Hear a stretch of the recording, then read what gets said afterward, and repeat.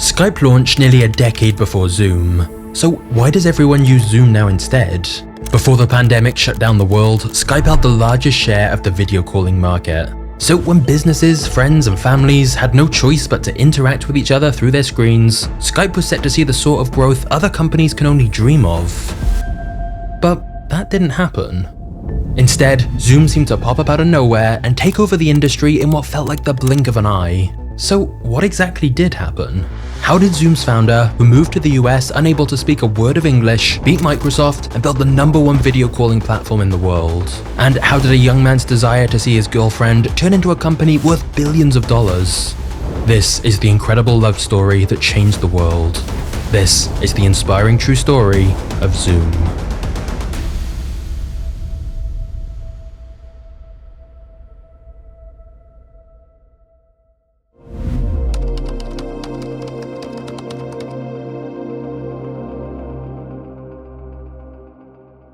Eric Yuan was born in China in 1970.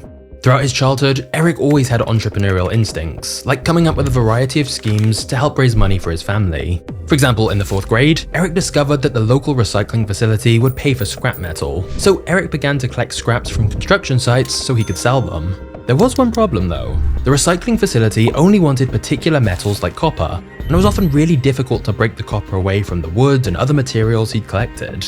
So Eric came up with the idea of setting the scraps on fire, hoping to burn away everything but the metal that he needed. He knew he would get in trouble for lighting a fire though, so he took his bundle of scraps into his neighbor's old chicken shed so his parents wouldn't see him do it. However, as he lit the scraps on fire, the flames quickly spread to the wooden floor beneath him. Before Eric could do anything to stop it, the walls of the shed caught alight too. Even the ceiling was on fire. Eric's heart was pounding as he scrambled to escape, watching as the fire consumed the entire shed. But the fire didn't stop there. It continued to grow out of control, creating a blazing inferno that was on the verge of spreading to his neighbors' houses. Thankfully, a team of firefighters arrived to put it out. But Eric's parents were furious. Having grown up in a tight-knit family, Eric was devastated to have disappointed them, especially as he'd been doing this to try and raise money to support his family. As he moved into his teens, Eric felt confused about what his purpose was. He looked to his father for advice, who told him to work hard, be humble, and the answers would come.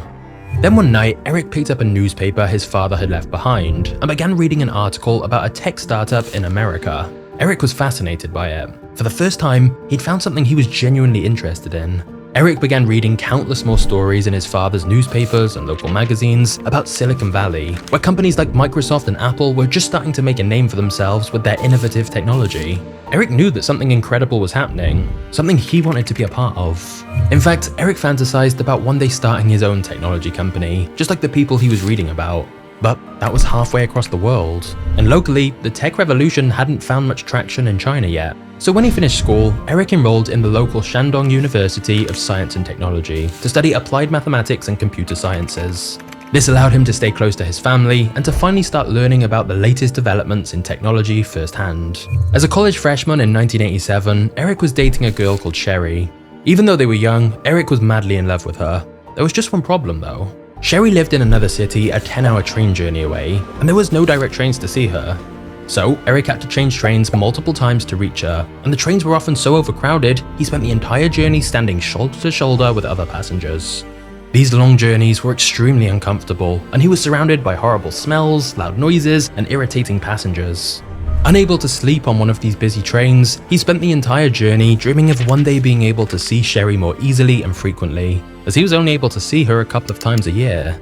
He wondered, what if he could have some sort of smart device where he could just click a few buttons and see her face and interact with her from wherever he was? Eric's overactive mind thought about it every single day, but he didn't yet know how to make it happen. Despite the distance between them though, Eric knew she was the one, and at the age of 22, they got married. After graduating university, Eric then set up a small tech company in Beijing that focused on coding and developing software. It wasn't quite the Silicon Valley style company he dreamed of running, but it was a start. But in 1994, everything changed. Eric went to a conference in Japan where Bill Gates was giving a speech. Microsoft hadn't even released Internet Explorer yet, but Gates spent most of his speech talking about the future of the internet. He speculated how the internet would be used for revolutionary ideas such as social media and even video calling. Suddenly, something inside Eric's mind just clicked. This internet technology would clearly be the solution to Eric's dream of pressing a button and immediately seeing his wife. The problem was, not many people in China were even using the internet yet. But Eric knew if he could somehow make it to America, to the forefront of the tech boom in Silicon Valley, perhaps there he could learn how to achieve his dream. If it hadn't been for that speech from Bill Gates, it's entirely possible Eric would have gone down a very different path. But inspired by the words of one of his childhood idols, and with a firmly set goal, Eric decided to head to America. And with the extensive qualifications and coding skills he now had, he thought it would be easy to get into the States. But Eric could not have been more wrong.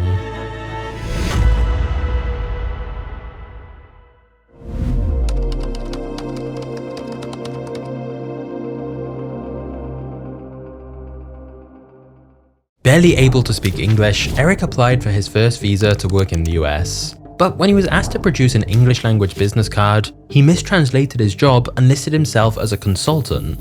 The immigration office determined that Eric was a part-time contractor and denied him entry into the country. Eric soon reapplied, but was rejected again. So he applied again, and again, and again, but every time he got rejected. After 8 rejections, he knew he had to try something different.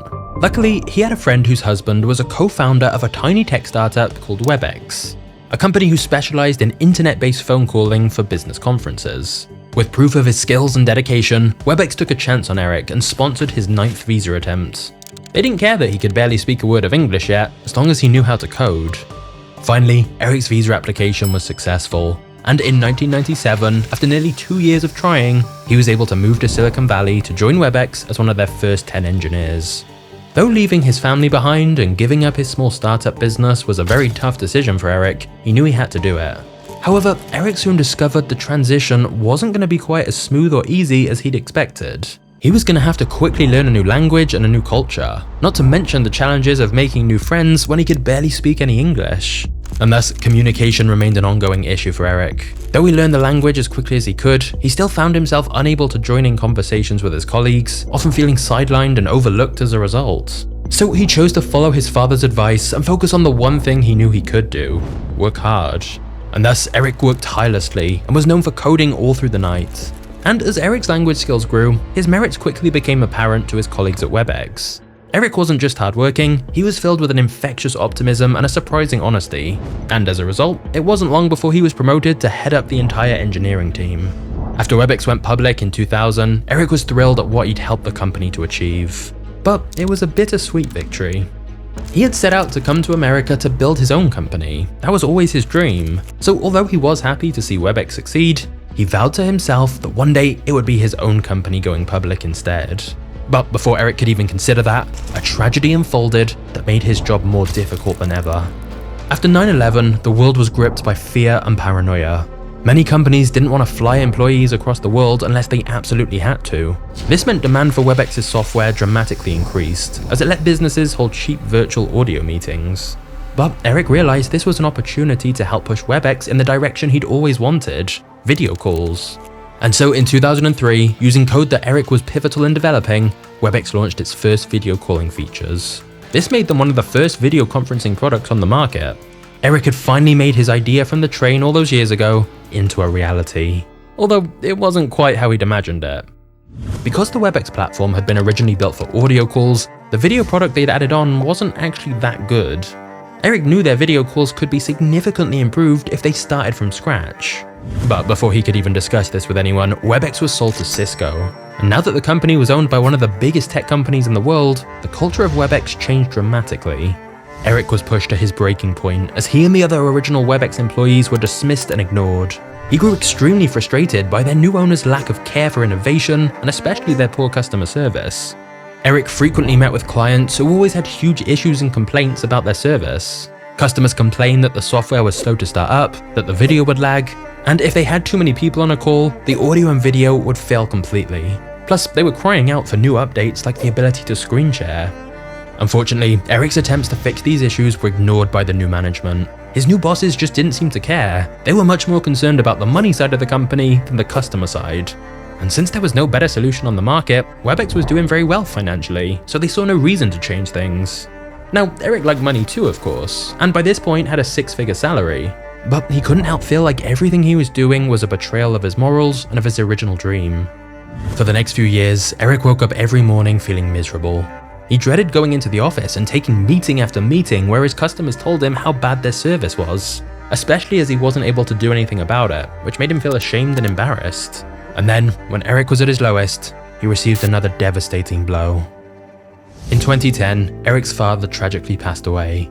Eric had kept a close relationship with his dad, constantly calling him for advice and input, and now he'd lost one of the most important people in his life. With everything that was going on, Eric was feeling more lost and depressed than ever. But that unhappiness led Eric to a revelation. The thing that actually gave him purpose, that made his life feel like it had meaning, was making other people happy. When he made his family, his wife, his customers happy, he felt happy. Eric said, "When I was young, I had no idea about the purpose of life, but I've realized the purpose of life is to pursue happiness. Sustainable happiness comes from making others happy."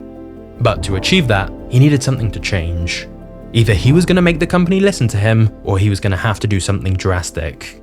So he went to his bosses and he pitched them an idea, an entirely new platform built specifically for video calling, an alternative, smartphone-friendly concept that he was confident his unhappy customers would love.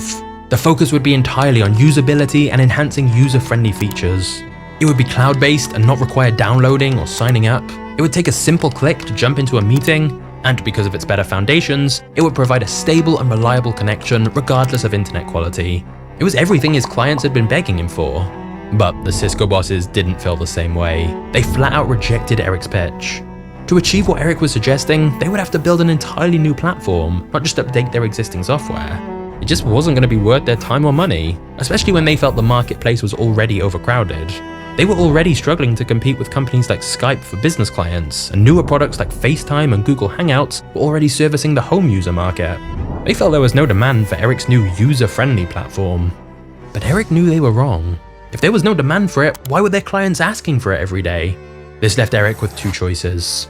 Either he continued to work at his safe six-figure job, overseeing the software he knew wasn't good enough, or he risked everything to found his own rival company with no backing or support, overseeing software he truly believed in.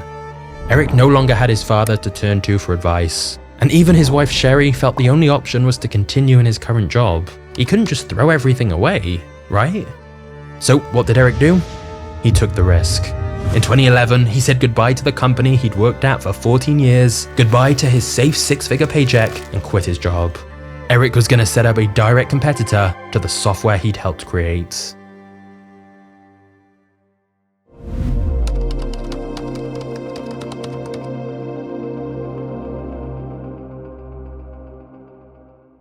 Eric was now out on his own, and knew that his new company was going to require a lot of money to get started. Luckily, he'd built up a huge list of connections through his years at WebEx, so he figured sourcing investment shouldn't be too difficult. So Eric went to every venture capitalist he knew and pitched them his idea. And every single one of them came back with the exact same answer: no.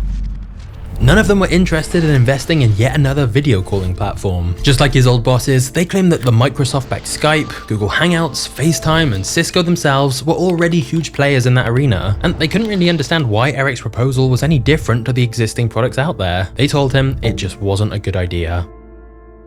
Driving back from his final meeting, Eric was left feeling depressed and scared. He'd given up everything for his dream. But maybe it was a terrible mistake. But something inside Eric told him that that wasn't the case. The venture capitalists were wrong about his idea, and he was going to prove it to them. When he got back to his computer, he changed the screensaver to the phrase, "You are wrong." While the venture capitalists didn't believe in Eric, the people who actually knew him did. So support came from the friends he'd made during his time in Silicon Valley. The first person to invest in Eric's new business was a former exec at Cisco. The two didn't really know each other, but the investor had heard such positive things about Eric from his former colleagues that he immediately felt Eric was someone worth betting on. With one investor on board, more money began to flow, and Eric's friends also put in what they could to help out. With the help of his friends and investors, Eric was able to raise the initial money he needed to pay a team of engineers to develop the software for his new company, which he initially called SASP. Eric wasn't happy with the name choice, but he struggled to think of one he liked more. But that didn't matter right now. Eric had just founded an American company as an American citizen in Silicon Valley. The moment he'd fantasized about ever since he was a teenager had finally arrived. And in his mind, his company's mission was simple: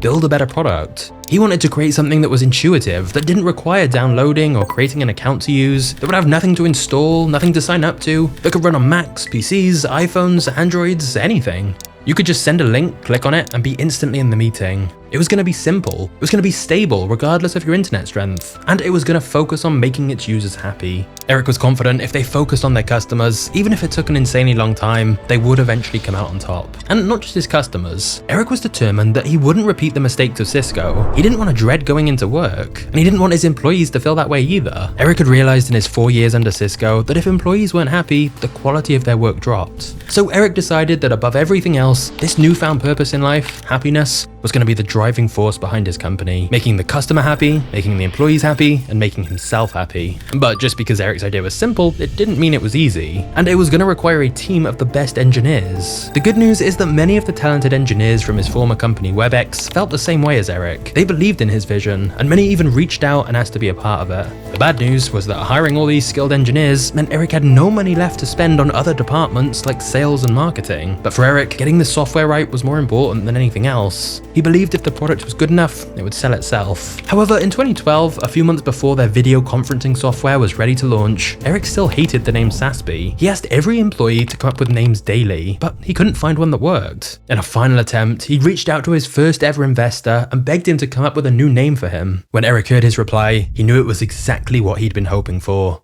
Zoom. Now, if there's one thing that's clear from these business videos, it's that business is often like war, with the way companies battle against each other and devise strategies to win. But today's video sponsor, World of Warships, offers you a different kind of masterclass in tactics and decision making. World of Warships is a strategy game available on both PC and consoles, and comes with stunning graphics and over 40 maps where you'll feel like you're sailing the high seas for real. Whether you prefer the heavy artillery of a battleship or the agile tactics of a destroyer, your approach to the game, like your approach to business, defines your success. New content rolls out every month, from unique collaborations like Godzilla vs Kong to Transformers, so you're always on the edge of your seat in the 12 vs 12 arena battles. And what's great is that World of Warships has a buzzing community with forums, Discord channels, live streams, and even tournaments. The game is free to play, and if you use code MAGNATES or click the link in the description, you'll also get an exclusive starter pack, including 500 doubloons, 1.5 million credits, 7 days of premium account time, and a special ship. So click that link below to start playing today.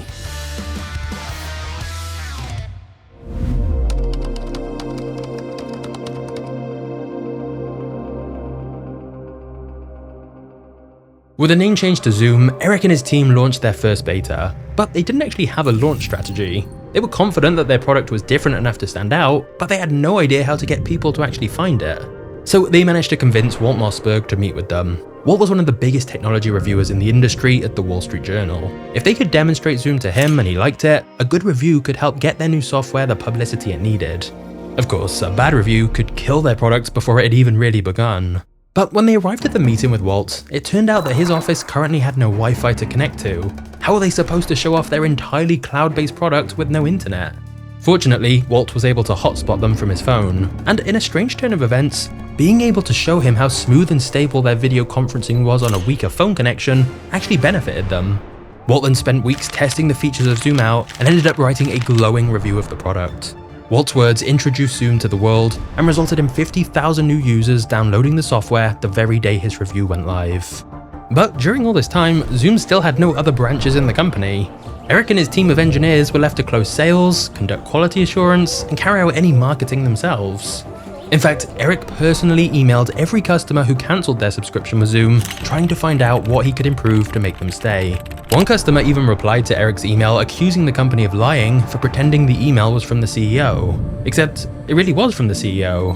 When Eric tried to explain this to the customer, they still refused to believe it was actually him, so Eric offered to Zoom them to prove it. Whilst the CEO emailing every customer to get their feedback was unusual, Eric knew if he kept speaking with customers, he could understand exactly what they needed. Targeting business clients, Eric hoped to steal the unhappy WebEx customer base he already knew existed, and he had the perfect idea for how to do it. Unlike his competitors in the business world, Eric offered a freemium version of Zoom. This allowed for calls of up to 40 minutes and 100 participants at no cost. He hoped this would cause companies to at least try Zoom out as they had nothing to lose, and once they tried it, he was sure they would see how much better it was and sign up for paid membership, which was cheaper than their competition offered as well. To the industry's surprise, Eric's plan worked. Businesses might already be paying for Skype or WebEx, but now they could just send a Zoom link with no account or download and jump straight into a call with whoever they wanted. As employees at large companies began using Zoom, their bosses soon saw how much better it was than its competitors and switched over. Eric's gamble of focusing exclusively on customer-friendly features had paid off hugely. Before long, most of Silicon Valley was using Zoom, and it became a sizable player in the business video conferencing market. Having launched its first alpha at the start of 2013, by May, the company already had 1 million customers and a valuation of $25 million. However, at this point, they were still a long way behind the industry leader Skype, which had been bought by Microsoft for $8.5 billion. And thus, Microsoft had been integrating Skype into all their products, giving it a significant boost. Thus, for the rest of the 2010s, Skype held the largest number of monthly users and the largest slice of the market share, closely rivaled by Google Hangouts and other services such as Cisco WebEx. But Eric knew if he kept listening directly to customer feedback and remained laser focused on improving the software, Zoom would continue to chip away at their market share. And sure enough, as Zoom became bigger and bigger, Eric was able to raise larger investments so he could reinvest in more growth. By 2019, Zoom had transitioned from a small startup to an extremely profitable business with revenue of over $300 million. Having moved from their tiny, dingy office space, Eric now had 1,700 employees in various teams working at the company. He also finally had real marketing and sales departments. With the company so profitable, Eric finally had the chance to achieve the goal he'd vowed he would a decade before. He could take his company public. He could be the success story in a magazine that inspires the next generation of teenagers. And so Zoom was listed on the Nasdaq, and when the stock market opened that morning, Eric had his wife and 3 children at his side as he rang the opening bell for the day of trading. By the end of their first day on the market, Zoom's price had risen by 72% per share, meaning the company was valued at $15.9 billion when the market closed. And within only a month's time, Zoom held a market cap of $42 billion. This not only turned Eric into a multi-billionaire, but many of his 1,700 employees became instant millionaires too. But it also meant something else for Eric. He could finally take down the screensaver, stating, "You are wrong." His dream had become a reality, and his company had taken a formidable slice of the business user market share. By December 2019, the company boasted 10 million monthly users. But whilst this sounds impressive, to put it into context, Microsoft claims Skype to have had nearly 300 million monthly users itself at this time. So while Zoom was growing, it looked like it would be a very long time before they could rival their biggest competitors. Not just that, but the same year it had become worth billions, it was discovered that Zoom had been putting hidden servers on laptops and desktop computers. These servers were intended to make it quicker to use Zoom in your browser. It turned out they had a major security vulnerability. Using these servers, outside forces would be able to open a Zoom conference call automatically on someone else's computer and turn their webcam on. The issue was so serious that despite being patched, Apple updated their own software to completely remove Zoom servers from their products. Thankfully, Eric and his team were able to fix the issue quickly, but Eric was working harder and longer hours than ever, and he hated that it meant so much less time with his wife and kids. He tried to take as many of his meetings as possible via Zoom so he could be with them more, but the workload definitely began to take a toll on Eric. And then, only a couple of months after the incident, in early 2020, something more unexpected happened. Something that would change the path of Zoom forever.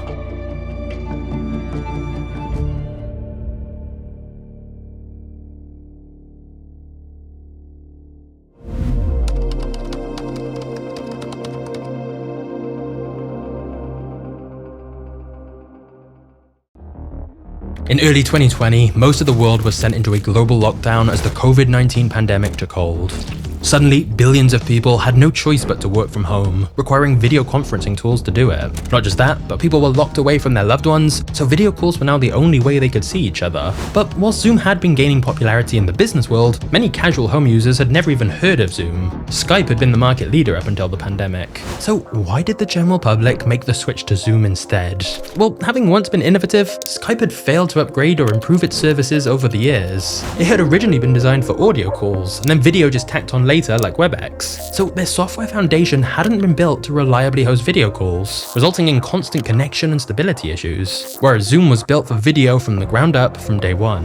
Plus, after Microsoft bought Skype, they heavily prioritized their new Teams software for business clients instead, and thus Skype didn't really get the developments it needed. Instead, they added features and gimmicks that nobody really wanted, and this resulted in loads of updates being needed. Often right before you went to have a Skype call, Skype would just automatically start updating, which sometimes brought out new bugs as well, as the software definitely had lots of glitches and problems. Not to mention the poor design choices they made over and over again that left users feeling confused and unhappy. In short, it didn't feel like Skype had listened to its customers as much, as the experience of using Skype just wasn't as smooth or well designed. By comparison, Zoom had been quietly perfecting its platform. Unlike Microsoft, Google, Facebook, or Apple, video conferencing was always Zoom's main product and sole focus. It didn't require different versions for different browsers or devices, and it needed very little data to function. This meant the underlying platform would allow for high-quality video calls even if someone's connection was poor. Zoom could also be used without downloading or signing up to anything. You were even able to record meetings if you wanted to, and it allowed users to sign in with their Google or Facebook account, making signing up a much quicker process. So when the pandemic hit and even those who weren't particularly good with computers needed to use video calling software, Zoom became the obvious choice. It was simple to use. You could send your grandmother a link and she could just click on and join. And with Zoom, schools and hospitals and businesses could hold huge conference calls for free, something no other platform offered at the time. And thus, when the time came for the entire world to choose a platform, it almost unanimously adopted the easier, more user-friendly Zoom. Think about it. If you're hosting a meeting, you'd want the option where people can just click a link and join easily without an account or any technical experience. And so that's the beauty of Eric's decision to just focus on making the best product possible and trying to solve customer problems. Because if they prefer your solution, they'll tell other people about it for free, so you get this compounding growth from word of mouth. As a result of all this, Zoom grew at an insane rate throughout the pandemic.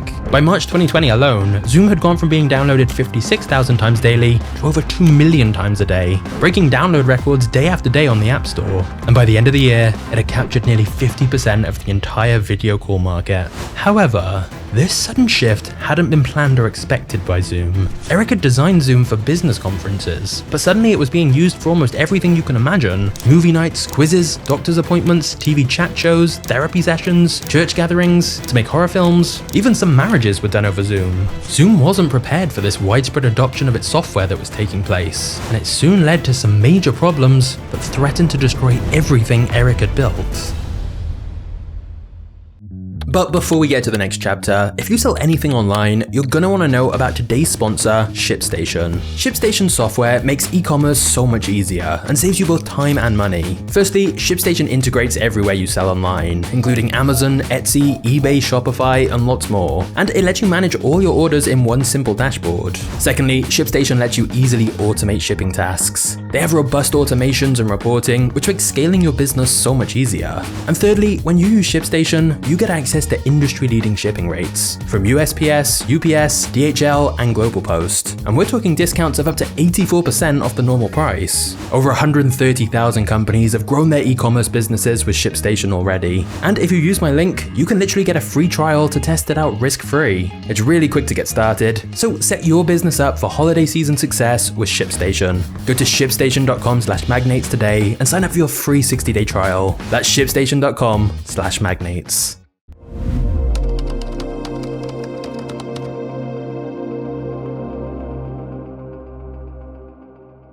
Zoom had suddenly become a central part of the pandemic experience for millions around the world.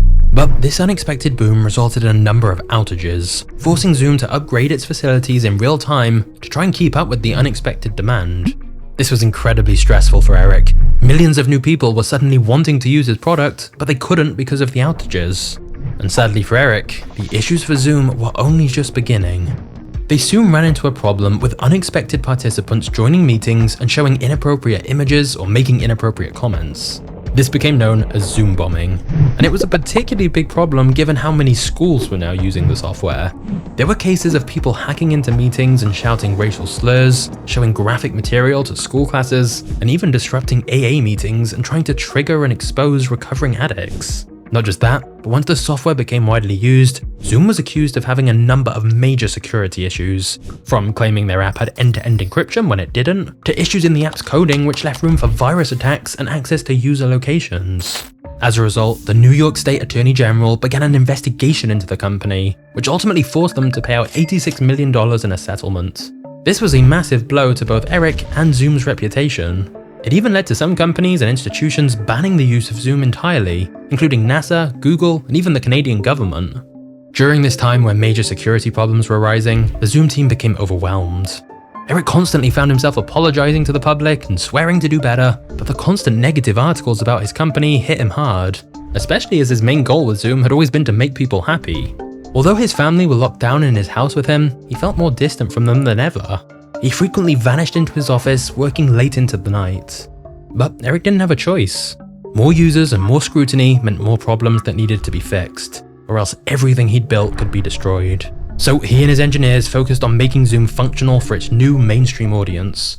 They forced passwords onto every Zoom meeting by default and rebuilt their entire security process, purchasing the company Keybase to take advantage of their existing encryption software. But just as one problem was solved, another would seem to appear. There was one serious case of censorship where one of Zoom's executives in China worked with the Chinese government to ban and even expose the identities of participants in meetings who were commemorating the Tiananmen Square massacre. This led to the US Department of Justice charging the executive for a number of crimes, and Eric firing him as soon as he realized what he'd done. But it didn't matter that the employee was acting alone, or that Zoom really was an American company. The association between Zoom, Eric, and the Chinese government had been made. This caused some people to think Zoom shared all of its user data with the Chinese government, so Eric himself made sure to address this and ensure strict geofencing procedures were in place so no data was routed through China.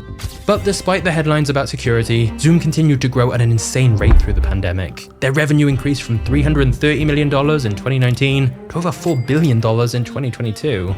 But as of right now, despite looking to earn more revenue than ever, Zoom is starting to see a decline in its users and customers.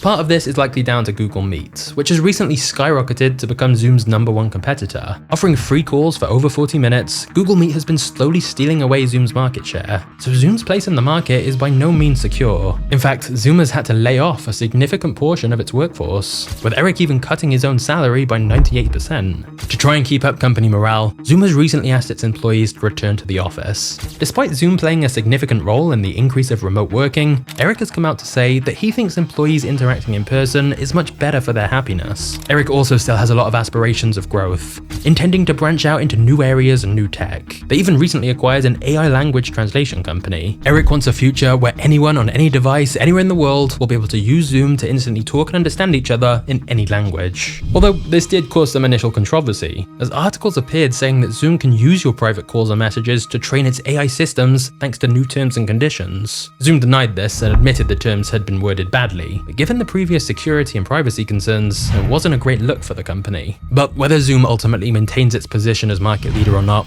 if Eric continues to prioritize customer and employee happiness, he'll be achieving exactly what he set out to do. Eric came up with the idea of Zoom as a teenager who was unable to see the love of his life. By the time he'd created Zoom, he no longer had that problem, but millions of others around the world did.